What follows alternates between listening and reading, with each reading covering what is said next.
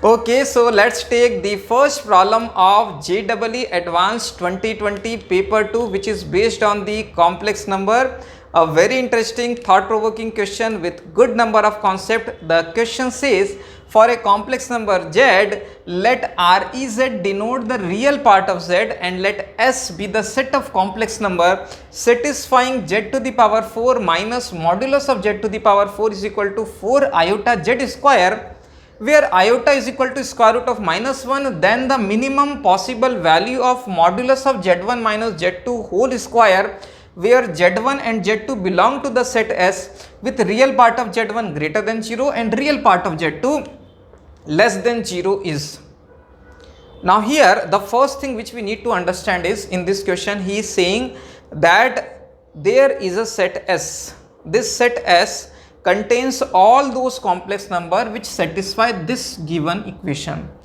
Secondly, he is asking us to find out the minimum value of modulus of z1 minus z2 whole square, and here z1 and z2 are those in the set S satisfying this equation.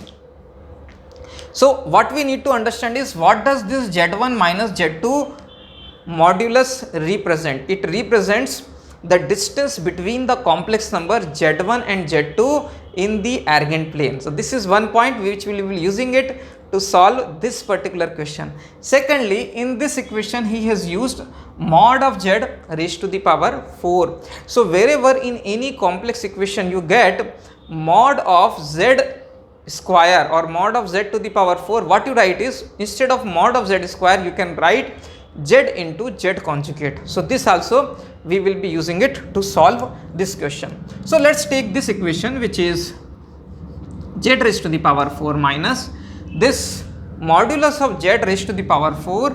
I am writing it as mod of z square. This is equal to what? 4 iota z square. Now here this mod of z square, if I write it as square of z into z conjugate, square of z into z conjugate is equal to 4 iota z square. So what I can do here is, assuming that z not equal to 0, first of all z equal to 0 is satisfying this equation.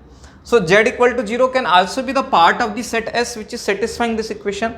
Now for time being, to start with, I will just assume that z is not equal to 0, and suppose if z is not equal to 0, I can cancel this z square in both the sides of this equation. So if I cancel this z square here, I will get z square minus z conjugate square is equal to 4 iota. Now the moment I see this z square minus z conjugate square, I can factorize the left hand side as z plus z conjugate multiplied by z minus z conjugate. This is equal to 4 iota. This 4 iota I can take it on the left hand side in such a way that I can write z, so z plus z conjugate upon 2, what is this value? This is nothing but the real part of z, and z minus z conjugate upon 2 iota, what is this? This is the imaginary part of z. So this becomes 2 into 2i is 4i, which is divided in both the sides, so right hand side becomes equal to 1. Now here z plus z conjugate divided by 2 represent nothing but the real part of z. So this becomes real part of z and this becomes imaginary part of z, which is equal to 1.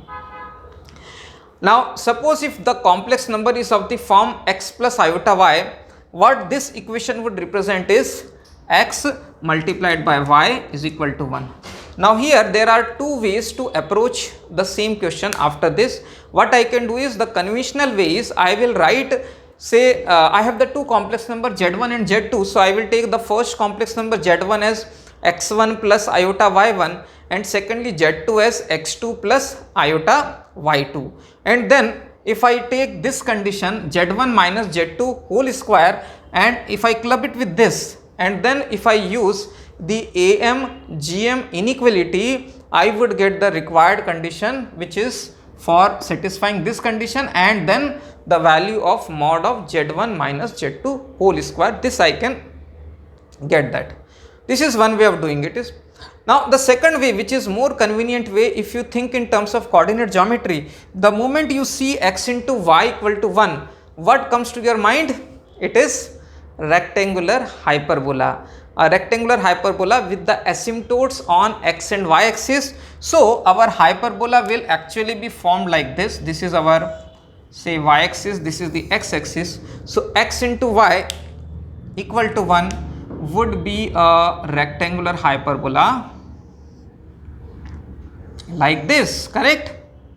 Now here, if you read the question very carefully, he has said real part of z1 is positive, and this rectangular hyperbola has two arms. If real part of z is positive, obviously the imaginary part is also positive because x into y is positive. So our rectangular hyperbola will have this part, z1 will form the first quadrant part of the rectangular hyperbola. This means z1 must lie on this region which is in the first quadrant of the rectangular hyperbola.